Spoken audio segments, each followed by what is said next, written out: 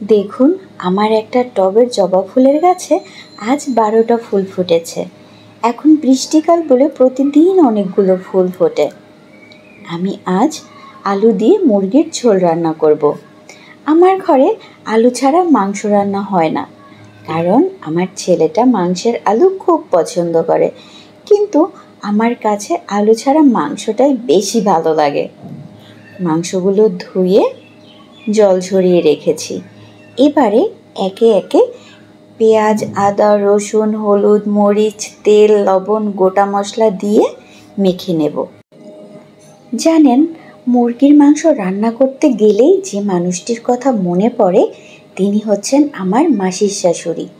যখন শ্বশুরবাড়িতে যাই উনি ফোন করতে থাকেন, বলেন তোমরা কবে আসবে আমাদের বাড়িতে। দাদা ভাইয়ের জন্য একটা মোরগ রেখেছি, মানে আমার ছেলের কথা বলে, তোমরা আসলে তবে সেটাকে রান্না করব।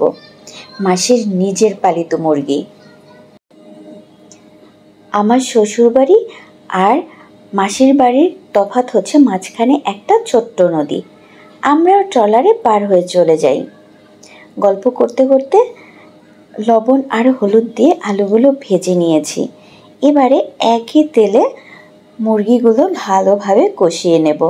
আজকে আমার রান্নার স্টাইল কিন্তু আমার মাসির শাশুড়ির মতোই। মাসি খুব ভালো রান্না করেন, অল্প তেল মশলায় রান্না সেরে ফেলেন। কাঠের চুলায় খেতে অপূর্ব লাগে। একে তো গ্রামের বাড়ি, তার উপরে মোরগটাও থাকে নিজের খামারের। মাসির পুকুরেও মাছ আছে, ঘাটলাটাও সানে বাঁধানো। আমরা গেলেই মেশো জাল ফেলে টুক করে একটা বা দুটো মাঝারি রুই কাতলা ধরে নিয়ে আসেন, আর মাসি মুহূর্তের মধ্যে কেটে পাতায় ভাজি করে ফেলেন। অনেক পদে রান্না করে, মাছ, মাংস, বিভিন্ন রকমের সবজি।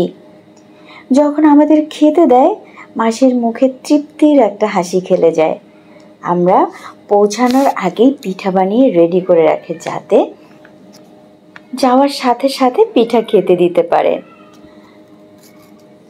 এক এক সময় এক এক ধরনের পিঠা বানান, কখনো কুলি পিঠা, কখনো বড়া পিঠা বা চিতই পিঠা। আমরাও খুব আনন্দিত হই। মাসির বাড়ি গিয়ে ফিরে আসার সময় অপেক্ষায় থাকি আবার কবে যাব। গল্প করতে করতে রান্না অনেকটাই হয়ে গেছে। এবারে আলাদা একটা পাত্রে মাংসগুলো ঢেলে নিয়ে অল্প একটু তেল দিয়ে দিলাম। তার মধ্যে সামান্য কয়েকটা জিরা আর একটা শুকনা মরিচ দিয়ে ভালো করে ভেজে তার মধ্যে মাংসগুলো আবার দিয়ে দিলাম। এটাকে বলে ফোড়ন দেওয়া। যে কোনো রান্নায় এভাবে ফোড়ন দিলে খেতে বেশি সুস্বাদু লাগে। এখন উপর দিয়ে ভাজা জিরার গুঁড়া দিয়ে জাল বন্ধ করে দেব।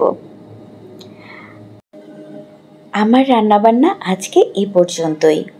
ভিডিও দেখে যদি একটুও ভালো লাগে তাহলে একটা লাইক করে দিবেন, আর নতুন ভিডিওর জন্য আমার চ্যানেলটা সাবস্ক্রাইব করে দিবেন। সবাইকে অসংখ্য ধন্যবাদ আমার সাথে থাকার জন্য। সবাই ভালো থাকবেন, সুস্থ থাকবেন।